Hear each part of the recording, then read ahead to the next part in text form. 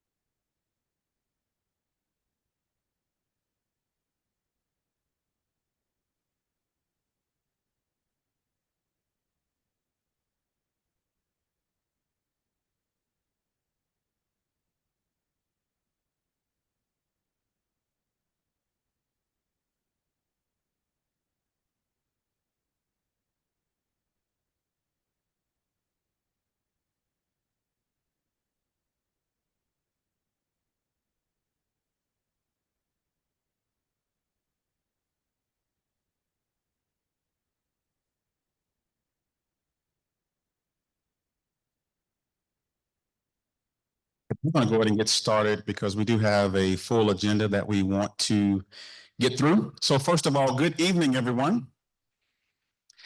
Thank you so much for being here. My name is Dr. Anthony Lewis, proud superintendent of Durham Public Schools. And again, thank you so much for joining us tonight for our Safe Minds, Safe Schools Summit. And just to be clear, when we're talking about safety, we're talking about the physical safety of our buildings. We're also talking about the social and emotional and mental health safety of all of our scholars as well. Creating environments where students feel safe to learn, safe from the threat of harm from the outside, but also safety from the standpoint of threats that may be on the inside in the form of bullying. So we're talking about overall safety that allows our students to focus on the reason that they come to school, and that's to focus on their academics. So just want to be clear, and that's why we intentionally titled this Safe Minds, Safe Schools Summit. And so all things safety, safety from ICE, because I know many of our scholars and families are concerned. And so we want to make sure that we make that clear on the onset that this is what we're talking about safety, not just the physical safety, but the overall safety of our scholars. And so that second part of that is a community commitment. It is going to take a community effort to keep our scholars safe. And your presence here tonight speaks volumes of our shared commitment to the safety and well-being of every single child and adult in our school community. Now, there may be some empty seats in this auditorium. That's okay. The people that are here are supposed to be here. And we may be singing to the choir or preaching to the choir, but the choir is the one that goes out and sings the good news. And so we know that you will share the learnings from tonight out into the community. There is nothing more important than protecting our students and staff. Safety is not just a policy, it's a promise. It's a promise that we make every single day to every family.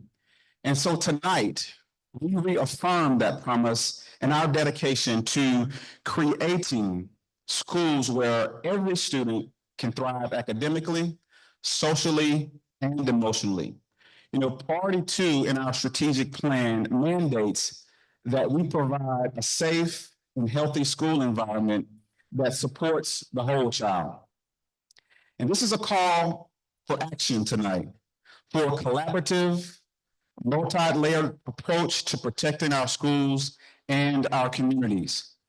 You know, in February, after a security breach occurred at one of our high schools, I reached out to our school families to assure them that safety remains our top priority.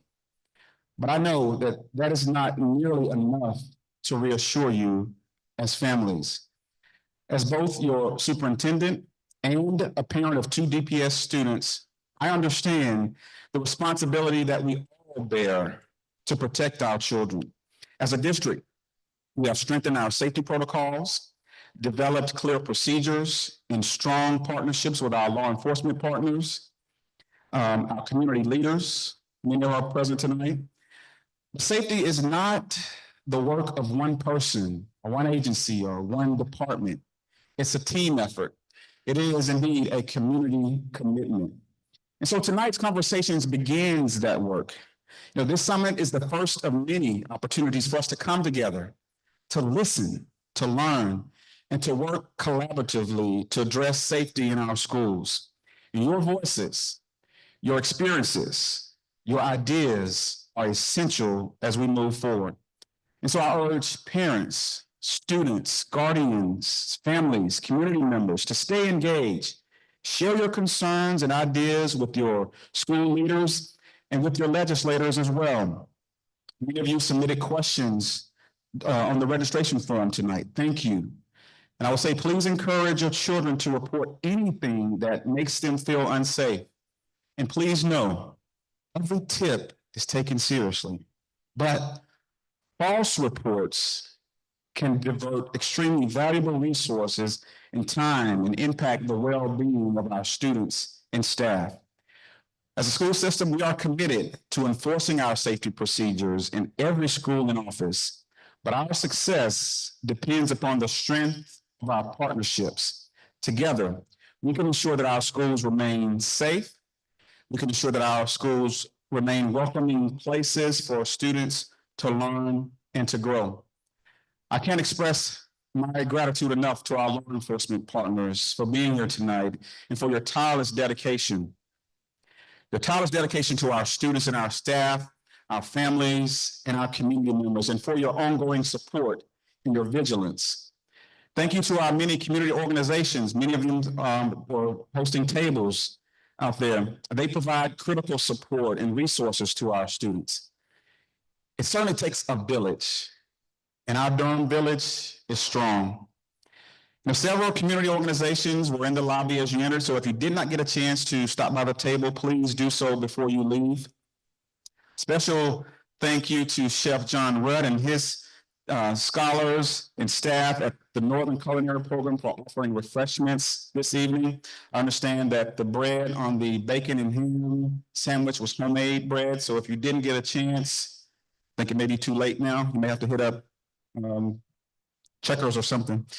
But thank you to that team for being here. Before we jump into our agenda, I do want to acknowledge our school board members that are present tonight. I'll go ahead and call Board Chair Rogers up, and she will introduce our community and elected officials. Board Chair Rogers is coming up. We also have Board Vice Chair Jessica Carter-Otten. You can wave, or we have Board Member Emily Chavez, Board Member Wendell Tabb. Wait a minute. Now, how did Mr. Tabb get the only one get? I understand his name is up here, but how he's the only one that gets applause? Let's try this again. The stage, okay, all right. Board Member Bettina Umstead. Oh, hers even louder. Any other board members walked in? Okay. Also want to take a moment to recognize our cabinet. If you would just please stand and wave your hand. All of our cabinet.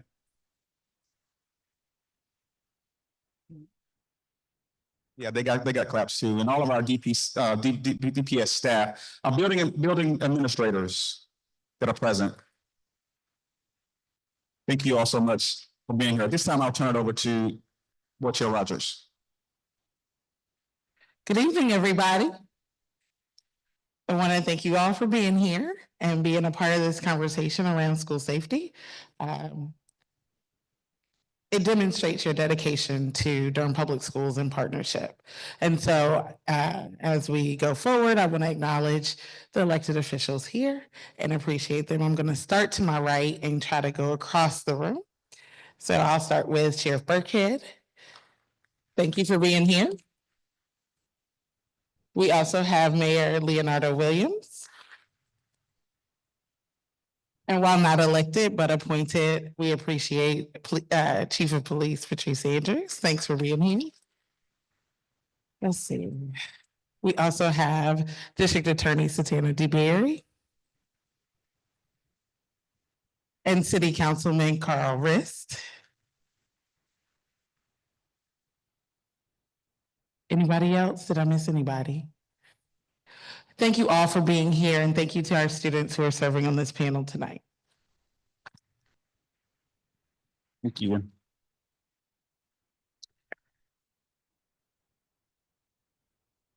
You know, there is a Nigerian proverb that says, the child that is not embraced by the village will burn it down to feel its warmth. And so it is our teachers, our building administrators and building staff that helps provide that warmth inside our school buildings. And it's community members like you that can help provide that warmth outside of our school buildings. If you can go to the next slide. And we think about the work that we do within our buildings, one of the many things that we do to keep our students safe, and is that the power of relationships. And we think about relationships and the work that our adults do in creating and cultivating those relationships. I know you can't see the small print on here, but this came from a United States Secret Service report that they did several years ago that talked about what can we do to keep our students safe. And you would think that with the United States Department of Secret Service that they would talk about the hardening of schools.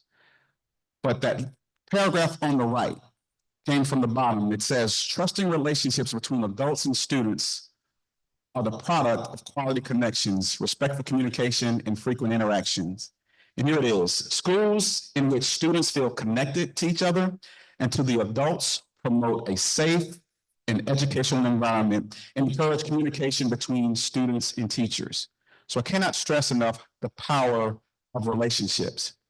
You go to the next slide, we know that, but how do we build relationships? And this is for educators, community members, parents. These are things that Search Institute highlighted as things that you can do to help foster and build those relationships. Show me that show me that I matter to you. Whether you're a neighbor, a community member, an educator, show me that I matter. Challenge growth, push me to get better. Help me to complete tasks and achieve goals. And treat me with respect and give me a say. I was telling someone earlier that as adults today, we don't know what our students are going through today. And we're so quick to chastise them. But let's listen to them, respect them, treat them with respect. Now, there's two sides to that. They have to treat you with respect as well, right? And then connect me with people and places that broaden my world. So these are just some of the few ways that as adults, we can foster and build those relationships with our students. Next slide. So tonight's agenda includes a very brief presentation from our DPS safety and security and law enforcement partners and our student support services team, followed by a panel discussion of some of our scholars about their experiences. So this is a strategy that's in priority 2 in our strategic plan that states that we will create regular opportunities to amplify student voice by seeking and acting on student input. And so their voices tonight will be paramount. We'll then have an opportunity to gather feedback from all of you before concluding our program. And so again, thank you so much for being here with us this evening. Thank you for your engagement throughout the evening and the feedback that you will leave us before you leave.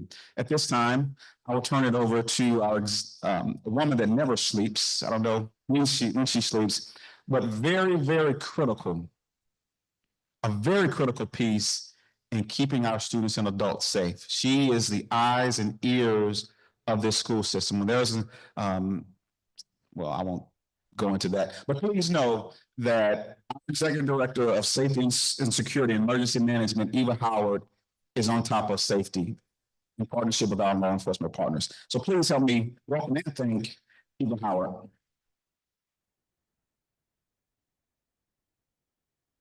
Thank you.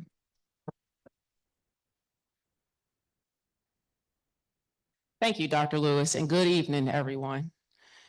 It's a privilege to be here with you tonight as your Executive Director of Safety and Security and Emergency Management. I understand that when you send your children through our doors each day, you're placing an enormous amount of trust in us, and I want you to know that we take that responsibility serious. Safety is our top priority, and it will always be our top priority. It's the foundational part of how we operate, plan, and respond. Tonight, I want to share how we're working to protect what matters most, your children and our scholars, by strengthening our emergency plans, building stronger partnerships, and most importantly, listening to you, our community. Together, we're not just keeping schools safe, we're building a culture of safety that allows every student to learn, grow, and succeed with confidence. Next slide. Our commitment to campus safety is supported through a number of physical measures. For example, controlled building access.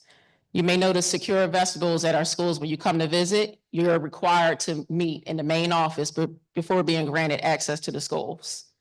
We have security cameras across our district, on-site personnel such as our SROs, our school resource officers who are embedded in our middle and high schools.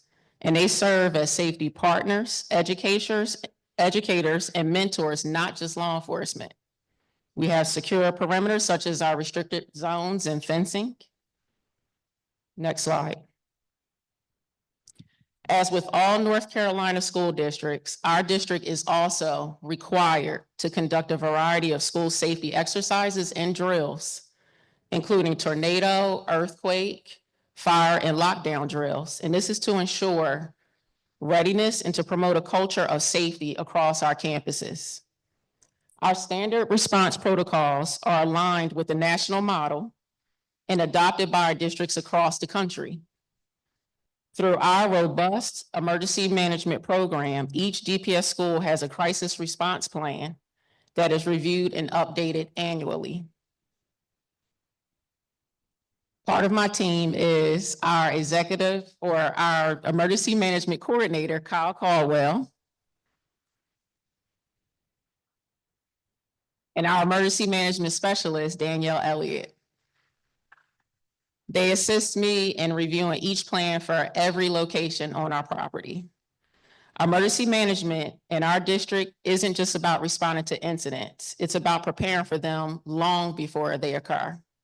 Our goal is to minimize risk, respond effectively, and recover quickly, all while keeping our scholars, our staff, and families informed and safe. Parents and community members are vital. You are vital partners in our school safety.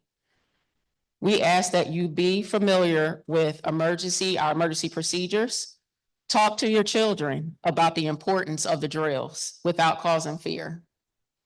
Report concerns early. If you see something, say something.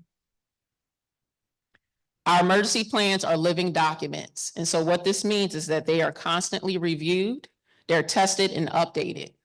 We don't take a one-size-fits-all approach. We customize the plans for each school because we understand that each school community is unique. At the heart of it all, our commitment is your children's safety, not just on paper, but in practice every single day. Next slide. Anonymous tip systems, and we have two of them. We have the DPS Motorola Text-A-Tip, and we have the Sandy Hook Say Something. These are available and monitored 24 hours a day, 7 days a week. I'm a part of that team that reviews those tips. And we encourage families and students and staff to report concerns through our anonymous tip systems and to engage in open communication with your school leadership. Next slide. The success of maintaining a safe and secure environment is a shared responsibility. It is the responsibility of us all. We are thankful to have a partnership with our key community partners. They support us in enhancing our safety and crisis response. Our partnership with the Durham County Sheriff's Office and the Durham Police Department, the Center for Safer Schools, and the HEART Team, just to name a few. It strengthens our ability to ensure a safe and supportive and responsive learning environment. And without further ado, I'd like to invite Sheriff Burkhead to the stage to share some comments before I turn it over to Student Services.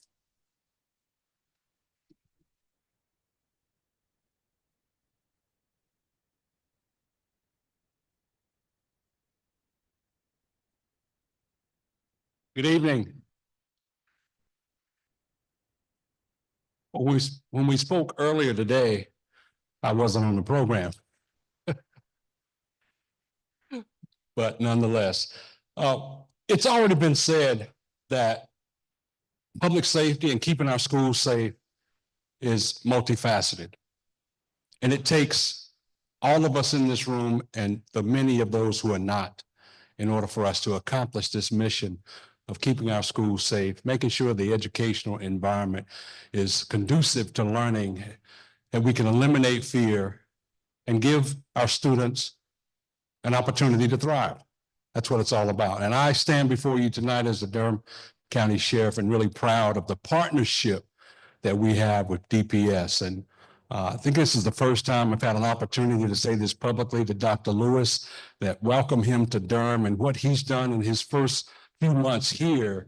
If that's an indication of where we're going, I am truly happy to stand beside you and continue our great partnership. So thank you for your leadership. The only way, please.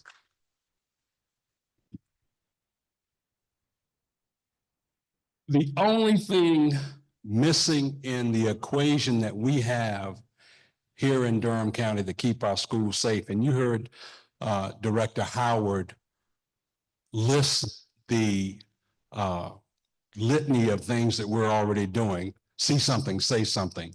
Our tip line, our anonymous tip line, our opportunities to work with our students through our SRO program. So we have all the pieces in place to keep our community safe, make it safer, and continue to enrich the lives of our young people. The only thing missing is you and those who are not here, because we have to reach the community. We have to reach the parents and the grandparents and the aunties and the uncles and the cousins and the big brothers. So my charge to you tonight is, let's take this message to the street. Let's take this message of partnership and collaboration to the communities. And let's engage our young people where they are, where they're experiencing trauma in the neighborhoods, and catch them before they come to school and make sure we understand the issues that they're dealing with so we can be better prepared to help them. That's my charge. And the Sheriff's Office and our SROs, we're all over Durham County day in and day out, but we cannot do it without you, without your neighbors, and those who are not here tonight. So that's my charge, and I look forward to the rest of the program and a spirited discussion as we conclude with the Q&A. And always know that everything we do at the Durham County Sheriff's Office is designed to save lives, to enrich lives, and to make this community as safe as possible. So thank you. Thank you.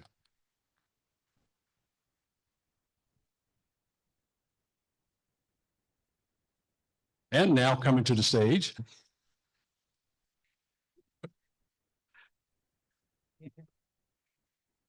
Once again, good evening. I am Laverne Maddox Perry, Senior Executive Director for Student Support Services. And I stand to just, but you can go to the next slide, I'm sorry. to just give you an update on some of the work that coincides with the work that is around physical safety. We also recognize, as Dr. Lewis began his presentation, that relationships are key to making sure that our schools are safe, that our communities are safe. And so student support services, we are here strictly for servicing our schools and supporting school leaders to be able to be empowered to create safe environments, both physical environments as well as social, emotional, and mental health resources. So I'm going to ask our director, Ms. Tamika Ward Satterfield. She's Director of Student Wellness and Advocacy. You've seen some of our other team members here in the vendor fair and community partner fair, but she's going to just talk a little bit about some of the social, emotional, and mental health resources and supports available for our schools and our families. Ms. Ward Satterfield. Good evening. Thank you, Dr. Lewis, Dr. Maddox Perry. We in Student Support Services know that our efforts to support the whole child and ensure that we promote mental and emotional wellness can seem difficult to visualize, difficult to quantify. So we want to give you some of our concrete action steps tonight. When you hear, how many of y'all have heard of SEL? So SEL is social emotional learning. We know sometimes that takes on a big sort of mysterious vibe, but when you hear us at Durham Public Schools talking about social emotional learning, we are talking about 5 competencies: self-awareness, self-management, social awareness, relationship skills, and responsible decision-making. In Durham Public Schools, in accordance with our strategic plan, Priority Goal 2A, all of our schools are implementing a research-based SEL curriculum. This year we have 5 curriculum, but in an effort to streamline our ability to provide service, budget situations, and primarily to make sure that the quality of the content your students are receiving is at its highest level. Next year, we're going to 3 of our research-based curriculum: Rethink Education, Character Strong, which are both represented out there in the vendor fair, and Move This World will be available as they are now at all of our schools. And depending on whether you're elementary or secondary, elementary school students receive SEL lessons about once a week. Our secondary schools receive those lessons about once every other week. We recommend 45 minutes a month. Okay, so when we talk about ensuring that our students have the skills of SEL, we want to make sure that they are able to use those skills to build bullying prevention. Our school counselors facilitate bully prevention activities for staff at least twice a year, once at the beginning of the year with an awareness campaign for all of the staff, and then at least in the month of October. Many of our school counselors and schools do it more frequently, but you'll at least hear information about that at least twice a year. The state of North Carolina and Durham Public Schools still supports and recognizes character education. And many of those character traits that you hear about in school events mirror our SEL competencies. Our peer-to-peer support programs you have heard of. These are our Save and Promise clubs. These are our mentoring clubs. This is our Team Mental Health First Aid. And of course, as a restorative practices district, all of these things work together to ensure that our students have the language and skills to build relationships, to build that community, and when needed, to be able to repair harm. Next slide. So who are the people resources doing a lot of this work? In Durham Public Schools, we are fortunate to employ 42 school social workers and 115 professional school counselors. We are well-staffed in our school-based mental health professionals that are able to provide service to our students in classrooms, in big school events, but also providing that one-on-one counseling for students as they need it. Now, sometimes our students are going through very difficult times. They experience trauma, they experience grief, or they're experiencing things we don't even know what to name yet, and they need more support. For those times, we have been fortunate for the last several years to have a robust co-located mental health program. These are our agencies, two of which are represented outside, the AYA Center and Youth Extensions, which are our mental health community agencies that have licensed clinicians available to come into the school and provide therapy like you would get outside at an office, but here in the building where it's convenient for our students and families. Another one of our community partners, the Center for Child and Family Health, based out of Duke University, trains several of our staff members yearly in SPARKS, Structured Psychotherapy for Adolescents Responding to Chronic Stress. They also provide us with trauma-informed training.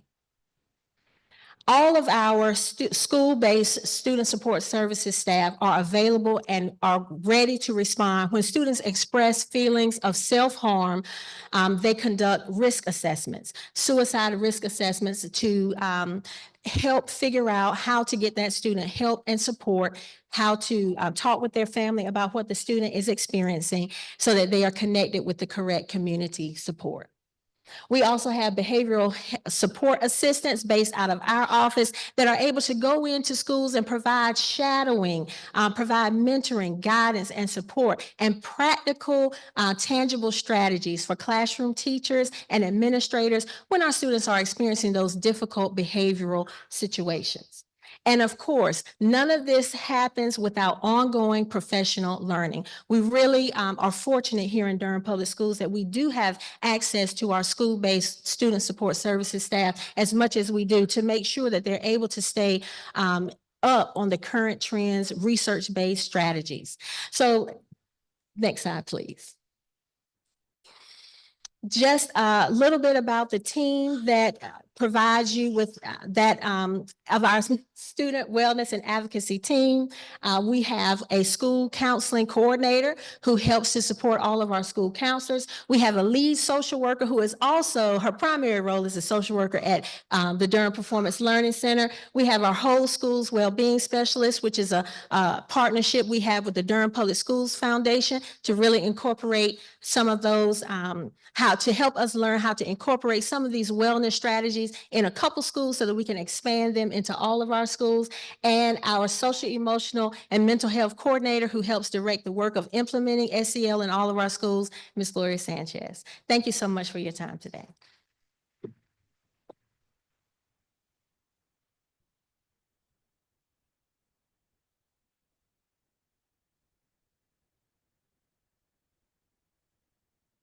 We're so appreciative of the work that both departments on the safety and security, as well as our mental health and social emotional learning. Some of those skills, those mental health skills, social emotional learning skills that was mentioned are skills that we teach our students at all schools. There was some research that was done several years ago that looked at 18 different school shootings across the country and looked at the characteristics of the shooter and the skills that they were deficit in. And many of those skills were the skills that was mentioned a moment ago: self-awareness, self-management, social awareness, and those relationship skills. And so we teach those skills to all of our scholars at all of our schools. And so as our student panel comes forward, we do want to acknowledge, do see we did have another board member come in, board member Natalie Meyer. Thank you so much for joining us this evening. I had the amazing opportunity to watch my oldest son graduate this past Friday. And then also on Saturday, participate in my oldest daughter's baby shower down in Alabama. And then on the way home on Sunday, received a text message from Eva Howard that we lost yet another student to gun violence at the hands of one of our other students. So this next section of this program is very critical, because as adults, we work tirelessly to ensure that we're doing all we can inside of our buildings to keep our scholars safe. Amazing partnerships with our law enforcement partners, our city and county officials. But there's more we can do. And part of that is listening to the students, but not only that, responding to what they're telling us. So I would encourage everyone in this room to listen as they share their daily lived experiences, the things that they are facing in school, on social media, at home, in the neighborhoods. So as adults, we can respond to them and keep them safe. So I'm excited to hear from our students. And students, I want you to know that in this room, you have people that care about you. You have people that are concerned about your safety and your well-being. To have our sheriff, to have our chief of police, to have our mayor, in here, our school board members, city officials, county officials, all here to engage in this conversation with you. Because the ultimate goal is to make sure that you have a safe environment so that you can reach your goals. So with that, I'll turn it over to Dr. Idaho, who will facilitate our panel discussion. Dr. Idaho. Thank you, Dr. Lewis. And this has definitely been a collaborative effort, so I just thank you all for being here. So give it up for yourselves. Thank you for your commitment and your dedication to promoting and fostering safe spaces. So we're gonna go ahead and dive right into the part that we've really been excited about and looking forward to. So again, I am Dr. Winosa Idahor, and I serve as Executive Director with the Office of Equity Affairs. And within our office, our work focuses on various equity-focused initiatives and professional learning across the district. And so kind of like you've heard today, a lot of our work is done in collaboration. And so I'm going to turn things over to Dr. Lockhart, who's going to take us into our conversation. Good evening. I am Dr. Gradisa Lockhart, and I have the pleasure of serving as the director of the Stop Violence Grant. I work with 4 of our amazing high schools here, Hillside, Riverside, Northern, and Southern. And the pleasure of this experience tonight is that we have expanded our reach to other scholars in our district. And so today, we're going to hear their lived experiences. And we're going to begin with them telling you who they are, where they're from, their grade level. And then the first question they're going to begin with answering is going to be, what they think is the biggest safety challenge at their school. So they're going to introduce themselves. They're going to give you a little bit of information about who they are, what school they go to. And then their first question is, what they think is the biggest safety challenge at their school.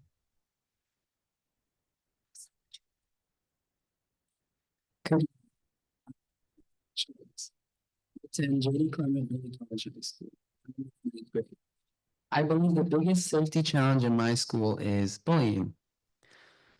So, a study found that about 1 in 5 students were affected by bullying. This can lead to depression, anxiety, loneliness, among many other things.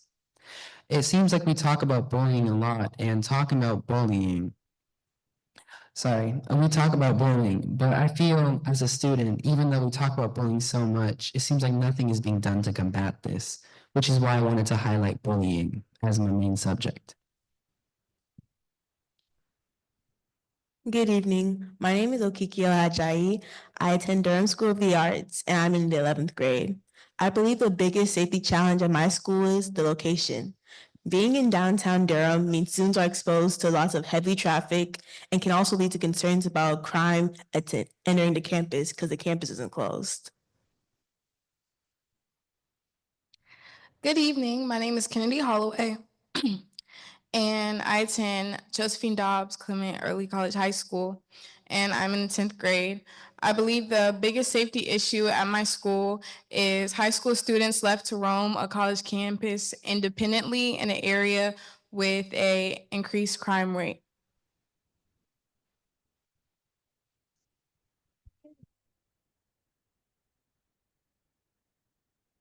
Good evening. Sophia Frolic. I attend Riverside High School, and I believe the biggest safety challenge in my school is cybersecurity, which, unlike traditional bullying, can continue after school hours. Good evening. My name is Kayla Scales McCoy. I attend Lakeview and I am in the 12th grade. I believe the biggest safety challenge at my school is not so much physical safety, it's more psychological. My school, everybody assumes Lakeview is a school for bad kids, but in all reality, a lot of us, we have made horrible mistakes or we have messed up, but in all reality, we're just like anybody else. We're still human. And the community tends to forget our school and leave our school out in many things. And so most of the kids at Lakeview, it's not really physical because we have metal detectors. You get searched when the minute you walk in the building. It's literally like a prison. But it also has to the point where mentally kids feel like they have to act a certain type of way to try to fit in because that's what the community and everybody stereotypes our school as. And so kids who heads are on straight and who have made mistakes and don't plan on continuing making them, they feel like they have to change who they are and not focus on school and start getting in trouble and doing things just so that they can feel like they're accepted out of school. So I would say it's not so much physical, it's more psychological. Good evening, I'm Kaylin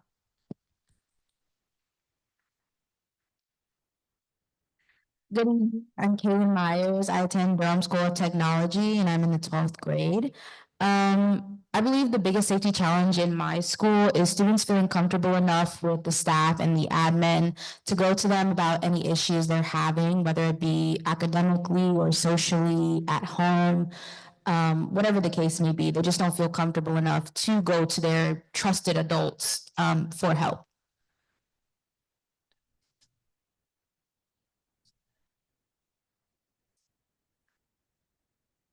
Hello, I'm Brianna Lawrence and I attend Durham Performance Learning Center and I'm in the 12th grade. And I feel like the biggest safety challenge at my school is unauthorized access to the school premises because of our second story. Good evening. I'm Emily Meza. I attend Durham Performance Learning Center. I'm in the 11th grade.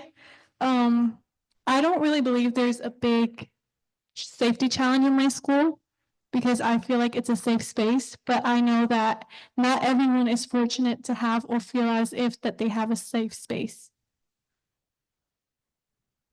Good evening. My name is Jaden Davis. I attend Southern Durham High School, and I'm in the 12th grade, and I feel like the biggest safety challenge in my school would be the bullying and physical altercations. Good evening. I'm Dwight Vincent. I attend Southern School of Energy and Sustainability. I'm in the 12th grade. I believe the biggest safety challenge at my school wouldn't necessarily be at school. It's just the location. A lot of gang activities go on in our area, and just students not feeling comfortable enough to come into school because of having to worry about their safety going to school.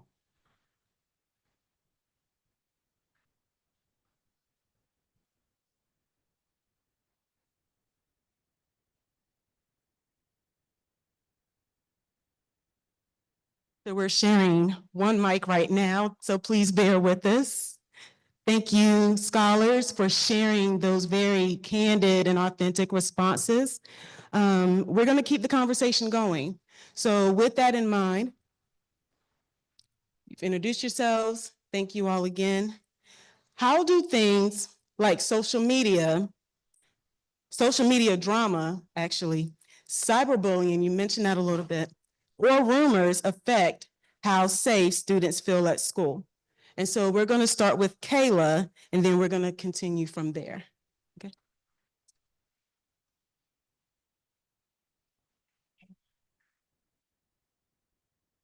I believe that these things affect students at my school personally because, for one, a lot of kids, Lakeview is a school where kids get sent from anywhere. So you have all the high schools and middle schools in the district, and you're sending the students who have gotten in physical altercations or have said threats or anything like that to one building, which that's already a concern because if we are as so-called the bad kids, like they refer to us as, putting all of us in one building together doesn't even sound safe. I would say that it makes people want to fight back and retaliate. It causes more issues because we also do not have phones in our building. So phones you have to turn in when you first walk in. And with us not having that, you would think that, oh, well, then there shouldn't be a lot of social media and everything going around. But we're kids, so they always find a way. And with that being said, it causes people, they end up arguing because they have nothing to do. And they feel like 9 times out of 10 that like we're forgotten. And so it seems as if they don't feel like they can't be successful and they're not going to get anywhere in life. And so all they know how to do is argue and fight and start rumors and just start stuff with people just so that they can have some type of entertainment. So I would say that's how it makes students not feel safe to come to school because you never know who you could get into it with. Also, you never know who could come in the building. We get new students in and out every day. So you'll have somebody in there that may have been sent out of their school for a semester, and then the next person they could be arguing with on the internet, social media, ends up coming to the school, and then there's more issues there. So, yeah. Is it going?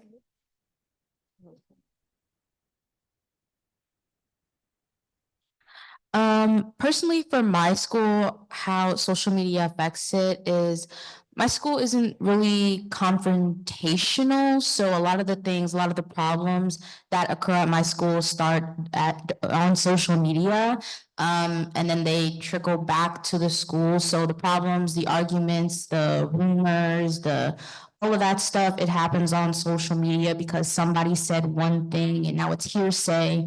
And then it becomes a rumor all across the school, and gossip spreads very quickly in my school because we have such a small population. And since this rumor has spread so quickly, now the person who has been affected by it or the rumor is about now feels isolated and separated from everybody in the school because there's this rumor going around and everybody knows it, like across grade levels, even the admin, the staff, everybody knows the rumor because we have such a small population.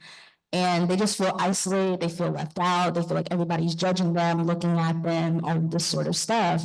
And to be honest, it feels like you can't combat that. Like you can't stop it from happening since everybody knows it. Everybody knows the rumor. So they have to feel this way until another person becomes a target. And it just keeps going on and on and on and on. And it feels so endless and it's really draining, honestly. So that's how cyberbullying and social media drama affects my school personally. I feel like social media drama and cyberbullying, it doesn't stop just at school. It goes back to you at your home, and rumors, they follow you no matter where you go. So, and our school is very small. It's basically just 2 stories, and it's mainly just like 3 classes at the bottom, and then the rest of the class are at top. So we're always around each other. So the rumors do spread very, very fast. And I feel like it shows mentally, but mainly physically, because if you're like feeling bad mentally, it'll cause you to look the way you feel, basically. And I feel like it's just very stressful, and it'll just drain you. And yeah. I feel like social media and cyberbullying really affects because it first starts with impacting somebody's mental health, and then that leads to the effect of emotional health. And a lot of people don't realize is that cyberbullying, it stays with you because it engraves in your mind and you think about it day in and day out. So cyberbullying is a very, very big thing, especially if you come from a small school where everyone knows your business, everyone knows who you are, and everyone knows what you're doing and what you're not doing.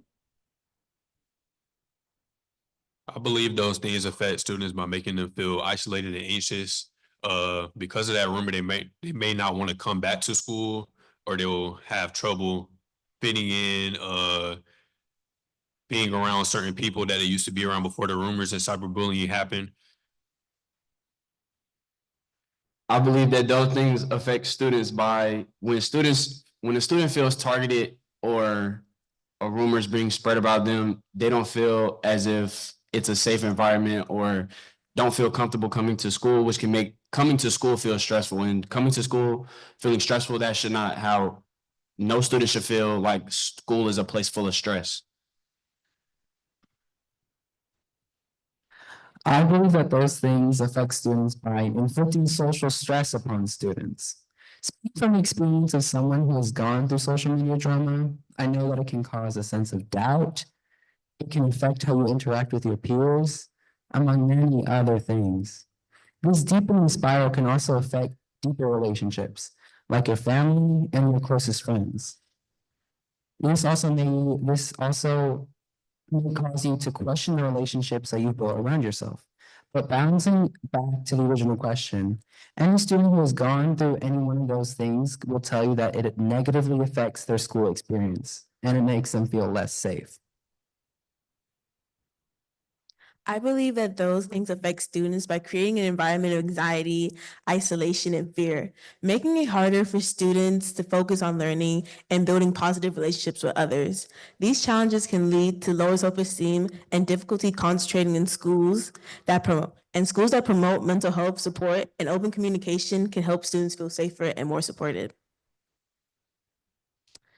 Okay, so being a student at my school, I feel like that we have so much work to do in general that it's hard to like just get involved in social media. Like I just feel like we don't have time for that. Especially as a sophomore, you just have so much work to do.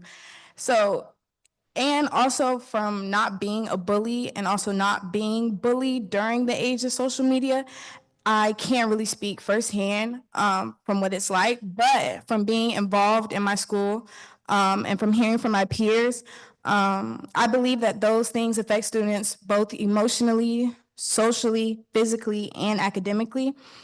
Emotionally, it can lead to things like anxiety, depression, and the feeling of constantly being watched and judged by other people, even when in school where bullying isn't happening directly. Rumors can damage reputations, making people feel unsafe and unwelcomed, and constantly worrying about potential confrontation at school. And academically, it can decrease focus, also lower attendance rates, and reduced academic performance.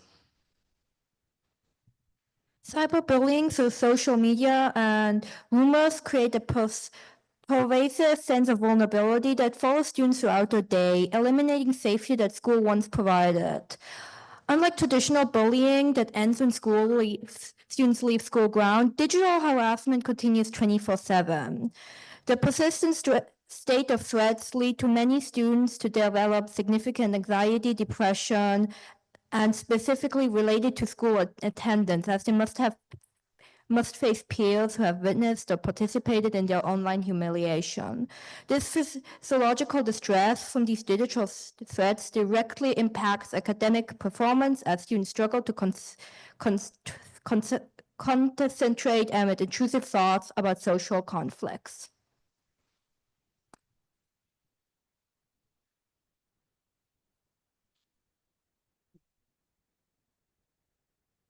Thank you, scholars. Our next question. If someone is struggling with mental health, family issues, or pressure from peers, do you think they know where to go to get help? Why or why not? We can start with whoever has the mic.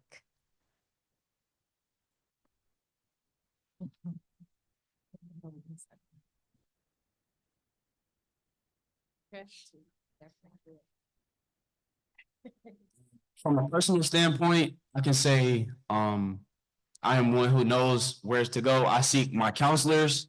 I have great counselors, in my corner and a great principal. He does a great job of, checking in with me, having great conversations with me. But maybe there are those students who haven't had the time to build those relationships with their counselors and their principal, and they just don't know where to go. So I feel as if, some students don't know where to go, and they're not they don't have the same advantages as someone who does know where to go and where to seek help.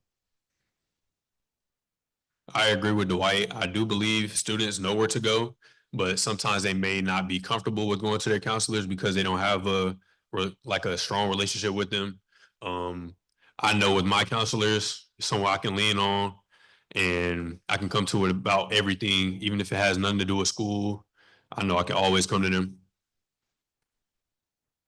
I do believe that people know where to go to get help, but I feel like the big issue is that they fear going to these places because they fear judgment or being shut down.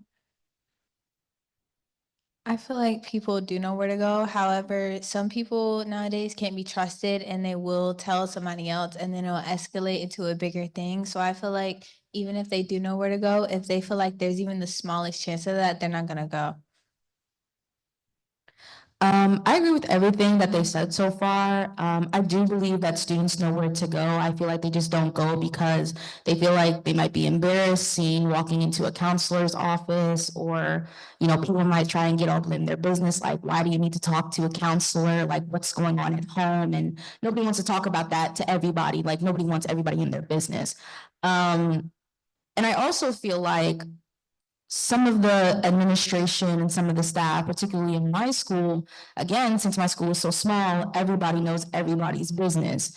So going to a counselor, it's like, well, you already know what my situation is. I already kind of don't feel comfortable going to you about it, since you might already have this preconception of what my situation is. And it's just exhausting trying to explain to someone what your situation actually is when they already have this idea of what it might be. And it's just exhausting having to explain yourself to someone who's supposed to be unbiased and to someone who's supposed to support you. And you feel like they already have this idea about you through rumors or what somebody said or hearsay, whatever the case may be.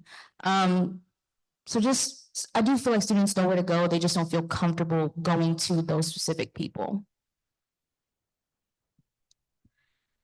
I agree with what a lot of everybody else was saying. I believe students know where to go to an extent. I feel like one of the biggest problems is you know where to go, but you just you're not ready to get help. And some people, what we have to realize is with mental health especially, you have to want it for yourself. Like, you have to want to change for yourself. You have to want to get a better mindset for yourself. Nobody can make you do it. And so if you're not ready, from a personal experience, I know I've always been the type to connect with counselors and social workers at school because they are one of the people who play the biggest role in your high school, your 4 years of high school. But I will say that sometimes at first, I didn't want it. I didn't want to get help for myself. No matter how much people told me, like, Kayla, you're going through it and you need to receive help. It didn't matter to me because I didn't have it made up in my mind that I needed help. And so when I finally realized that I was actually going through things and that I needed somebody to talk to and I needed to learn coping skills on how to deal with it, that's when I finally decided to get help for myself. And once I did that, I felt a whole lot better. So the biggest issue isn't that they don't know where to get help, it's they don't know how to ask for it. And 9 times out of 10, some of the students don't even realize that they're going through things and it's showing. A lot of times when kids get in trouble, as a kid, everybody used to say like kids will act out just out of attention. But then you have to think of a bigger picture. Why do they feel the need to get attention that much? What are they lacking? What are they missing? And how can you help? And I feel like some kids don't realize that the reason they act out or the reasons they react one way is because that's what they're going through and they don't know how to process how their emotions and their feelings. And so just them accepting it, it's not really how they don't know where to go. It's more of just accepting it for yourself. Yes, I agree that most kids know where the school counselors are and where the social workers are. They're just afraid to get the help because they think mental health at school is often laughed at, and kids often don't really believe in mental health, and that really affects the kids that really need to go and get help. And students often don't believe in getting help, and that really affects these that do need help. Yes. I was gonna say, I agree pretty much with what everybody has said on the panel so far, but I really agree with Kaylin and what she said. With going to a small school, everybody knows everything about everybody. Like, it's really hard, like, there is no privacy at the school. And I believe humans will be humans, adults, people that are supposed to be trusted, and like she said, unbiased. They do get in student and kid drama, which then makes them become biased, which then leads students to not feel trusting with adults, with certain adults about business that they feel is personal, that they don't want everybody to know. So I do believe that people know where and how to get help, because we have flyers literally posted all over the school. SEL workshops every Wednesday with our seminar teachers. But yet again, I feel like it's that trust and confidentiality issues, which makes students fear or shy away from getting that help.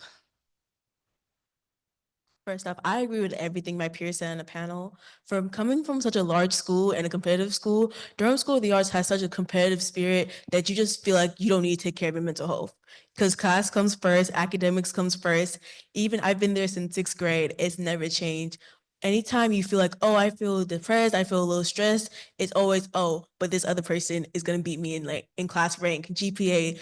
Oh, their GPA is higher than mine, they're doing more classes than me. From coming from such a large school, it's just really hard to admit that you need help. Especially last year, it was such a hard transition because I was taking these more advanced classes, but I refused to admit that I'm overworked and I'm overwhelmed. So I went through my whole year just thinking, oh, I'll be fine, I'll just look it out. But it just kept on draining on me more and more and more until I finally realized, like, okay, maybe I do need to see a guidance counselor. It's really just the fact that some students just don't want to admit that they need that help and they need that support from guidance counselors. But going now, I just feel like so much of a connection with my counselors. They help me all the time. Even when I just need a break from like one of my classes, they let me stay in there, do some work, catch up. So I do believe there are some students who know where to get help, but many people struggling with mental health, family issues, or peer pressures just don't know where to turn. Some reasons might include stigma, lack of awareness, or just fear of judgment.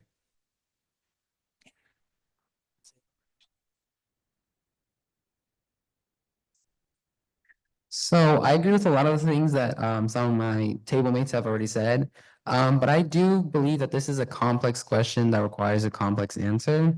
For example, there are some students who can utilize their resources effectively. There's also some students who don't know how to utilize their resources effectively. And there's also some students who do not have the resources available to them.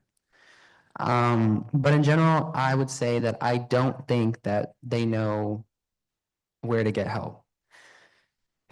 Recently, it's become aware to me that there's been some recent budget cuts in DPS. And because of this, there's staff in DPS that are being rearranged.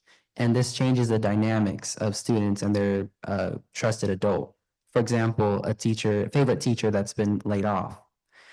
This is just one of the changes that a student might experience. And these changes may cause a student to feel lost and stuck. And an estranged student could struggle finding help. So hold on to the mic, just hold on, because we're going to start here. So thank you all for your bravery, being so brave to share what's happening with you on a day-to-day basis at your schools. We're going to keep going with our questions. If you could change one thing, so thinking about the things that you've shared, the things that you've observed, if you could change one thing to improve safety and ignite limitless potential at your school, physically, emotionally, and or socially, what would it be?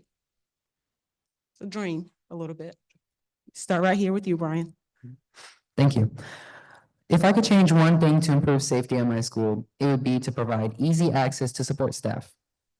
It has become apparent that kids can be cruel sometimes, and as much as we talk about bullying, not much is being done to combat it, as I said previously. If you ask a typical student who is the designated mental health coordinator, more often than not, a student will say the school counselor.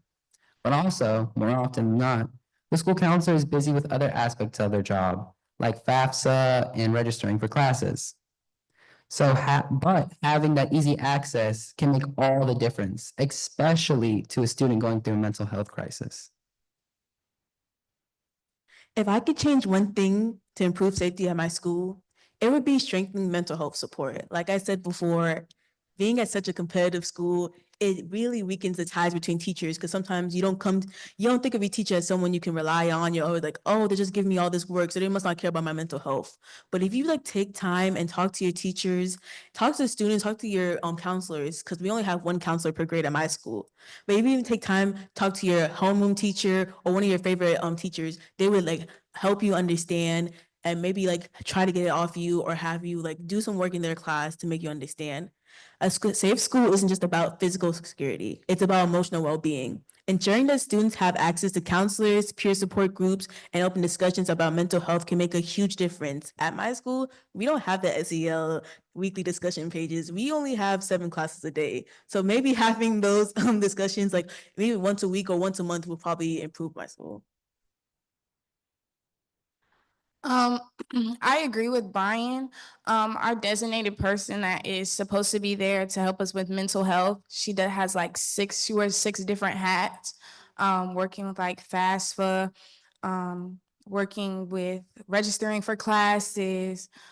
She just does so much, and even her mental health is like heavily impacted. So when somebody does try and go up to her, it's like a jump scare because she's not very welcoming, but that is due to her feeling overwhelmed with the many hats that she wears. So if I would change one thing to improve safety at my school, I would say to get other teachers involved, especially our seminar teachers, for them to create a mental health and wellness and connection center that would be a safe space for students to talk openly, host workshops, build community, and advocate for instructional and mental health days, which I feel like are very important. This will help students feel heard, supported, connected, and reduce the fear of bullying or isolation, and as a result, just be a major confidence booster. I agree. And I think something that would really benefit my school has like a counselor for like every 500 students. So she doesn't really have time that much. So one thing that would really greatly impact my school would be more counselors for students to speak to, as they're already really busy and do so much stuff. So if I could change one thing to improve safety at my school, it would be, I have 2 hard ones, I'm sorry, but like they go together in a way. I believe more community outreach. Lakeview is a school where a lot of kids, like Kennedy said, with the mental health days. I also believe during mental health days, at least at Lakeview, there should be some type of wellness day in general where it should just be able for students to have like Red Cross Blue Shield, like them come out and like do checkups on students and do like things with like the van that used to come to your elementary school, come out and like make sure their dental is okay and everything is up to date, because half of these students, not only is your mental health impacted, but if you're not physically well either, you're never going to be able to be successful. You can't do much when you don't feel put together and you don't feel like yourself. And a lot of them do not have resources. They come to school sometimes kids just smell anyway, but sometimes this could be stronger. It's a daily thing, and it's not just once every week, but it will be days they come like that. And so it's like just making sure they have resources so that they can live healthy and they can feel healthy and also be healthy mentally, like having communication skills. Parents need to be more involved in schools. The teachers, counselors need to be reaching out to parents more and making sure that they know what's going on with their child as well, because not only are kids affected at school, but they're being affected at home too. And with that connection and parents not building bonds with their counselors and their students and them all coming together, even if you have to have like one meeting, let's say out of the whole year, as long as you have talked to the student and their parent and they have a clear understanding of what's going on with their child, because 9 times out of 10, a kid isn't going to their parent and telling them what's going on, what they're going through in their head every day.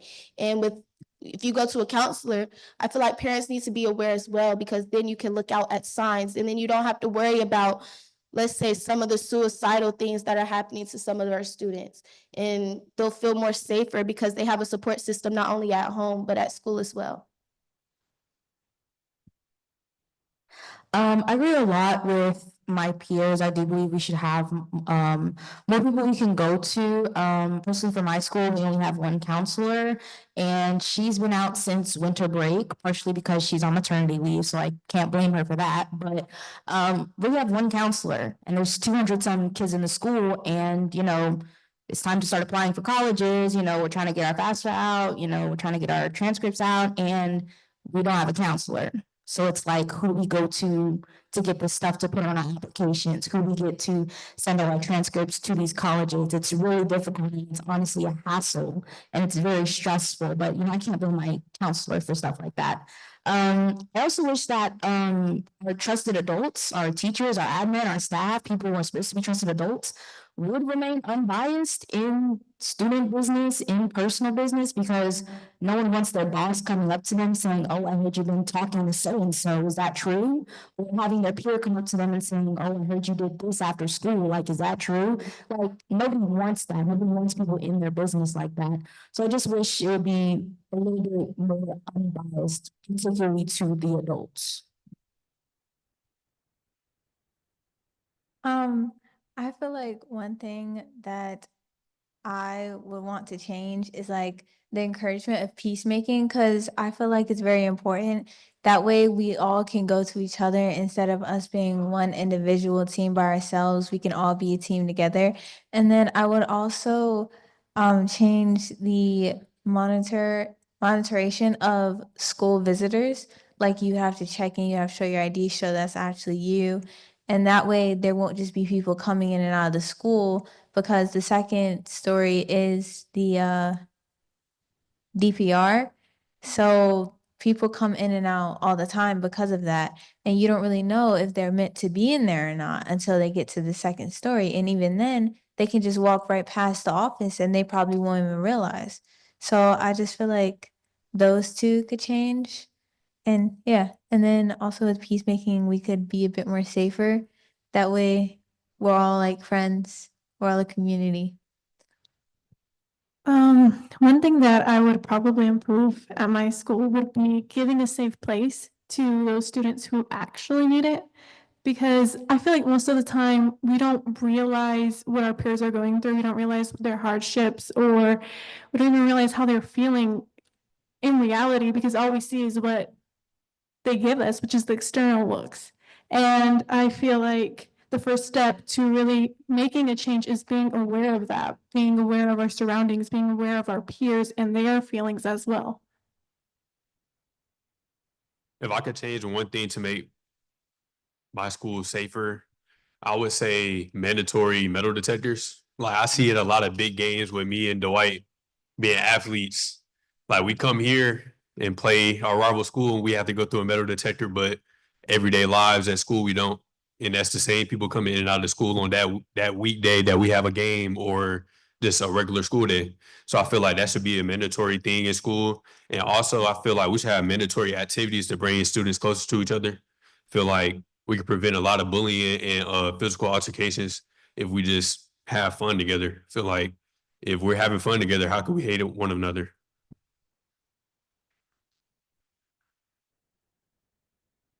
I'm just gonna touch on the counselor situation. I just want to say at Southern, from a personal standpoint, my freshman year, I want to say we didn't have any counselors, but sophomore, junior, and senior year, we had some great counselors come in. They definitely were in my corner a lot. I got their numbers. I talk to them all the time. If I need $1, if I need anything, they're always in my corner, and I just want to thank you to them. But one thing I could change would be to create a more accessible and private ways for students to report problems or ask for help, like anonymous online forum or maybe a safe space check-in. So like with my counselors, they like every Monday I go in and check up, like he'll ask me how I'm doing. I'll say I'm doing good. And he'll just like, he's always there for me. So I can't really speak like on anything in that aspect, but just always having somebody in my corner has definitely helped me through high school. Dwight, Hope, and Mike. All right, so we want to just take a brief moment to just acknowledge these amazing scholars. These are their thoughts, their words. They know exactly how to solve all the problems if you would just listen. And so we appreciate you all taking the time to listen, and their parents and guardians and their administrators who are here to support them, and our school board members and our community leaders and community vendors as well. So I have a challenge for you. This is the last question. It's one word. Okay? One word response. Here we go. Choose one word that describes what a safe school feels like. What does a safe school feel like?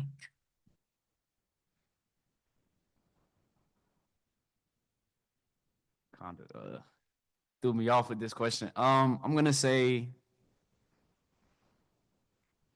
maybe supported. A supported school, like where I'm being pushed, not, oh, my fault. Oh, that's it? Oh, just one? One word.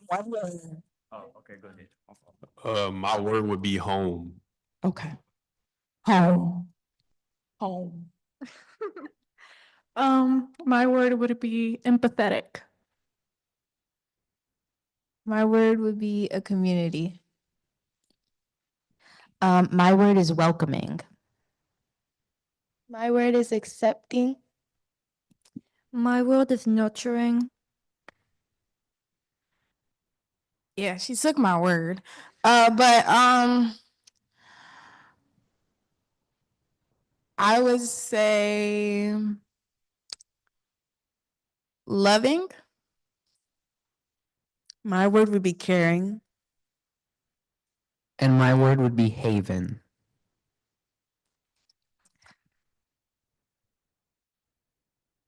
Let's give these scholars a round of applause. Thank you all so very much.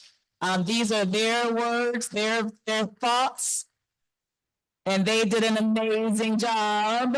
We are so very proud, and I think they deserve that, don't you? It's hard to come up on stage, you don't know one another, and you're trying to speak on behalf of all of your scholars, and I think they did an amazing job. Thank you all, and I look forward to continue to work with them, and they want to work with Dr. Lewis.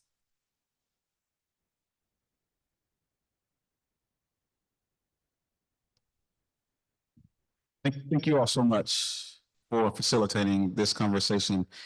To you all, students,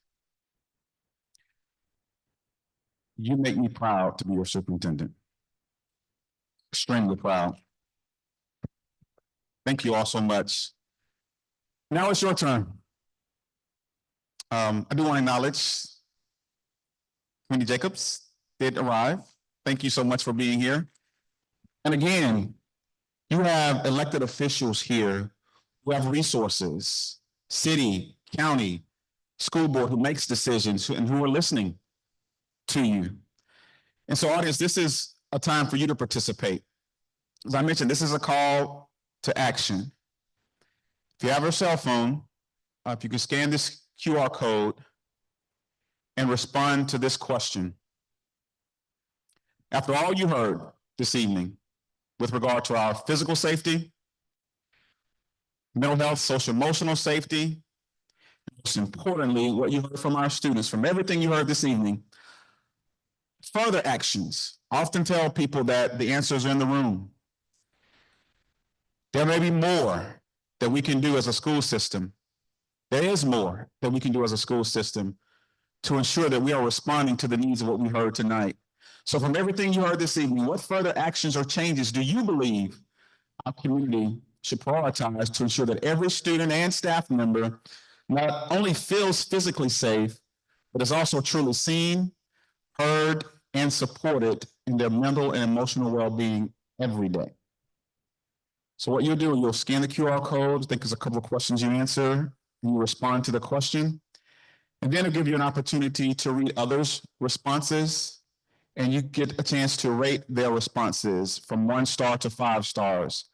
5 stars, I 100% agree with what I just read. 1 star, it's important, but not as important as something I would rate a 5-star. So let's take a moment to complete that.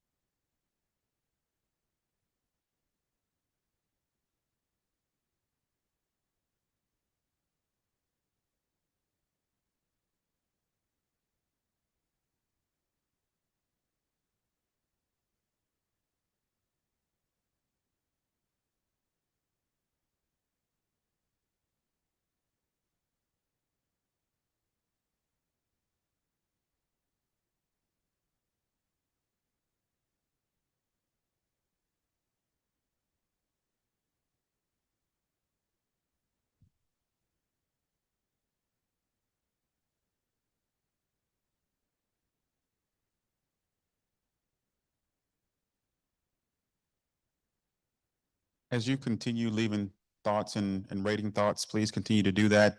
Please know you can do that even when you leave here. If you're driving home and have another thought, you can log back in and leave additional thoughts as well. Please know that we will read those and definitely share what we learned from this evening, from our scholars, from you. I would be remiss if I did not thank the committee, I guess we can call ourselves a committee, the Safety Summit Planning Committee. If you had a part in planning this event, please stand. You were on those WebEx meetings, check-ins. Thank you all so much for making this a reality. As I mentioned at the onset, this is just the beginning of conversations, and I will tell you as the superintendent, nothing keeps me up at night more than just wondering what else can we do to keep our scholars safe, but most importantly, what can we do to create spaces that's supported, spaces that feels like home, empathetic, community, welcoming, accepting, nurturing, loving, caring, in spaces that feels like a haven. That's on us. That's on me as superintendent.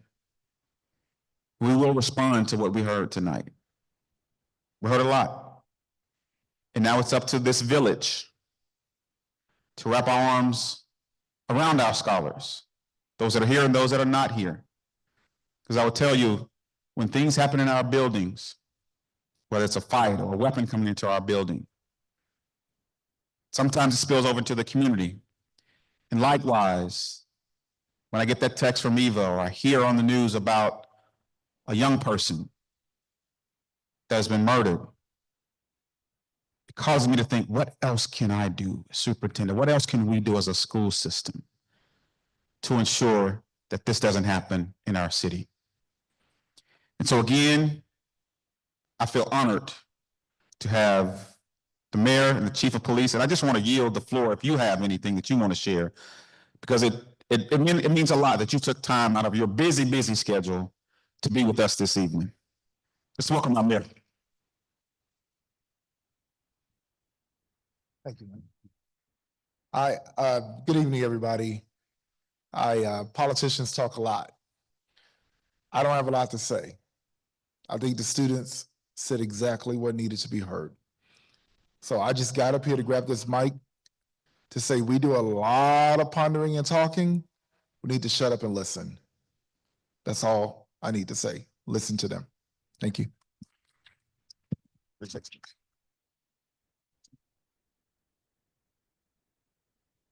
Chief of Police, Chief Andrews, please give her a hand.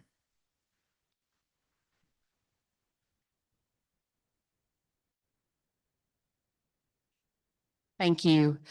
To the students, I just want to say, we see you, we hear you, and we will do better by you, because you deserve a better future than the future you have right now.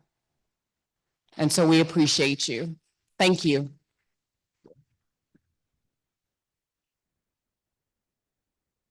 I cannot believe we are on time. We said 7:30, it's a little past 7:30. Any board members? Okay. Again, thank you all so much. Again, like I said, if you have additional thoughts as you leave, just log back in and leave those thoughts. We'll leave that open for a couple of days and begin to dive through it and respond. Again, thank you all so much for being here. I really appreciate it. It means a lot.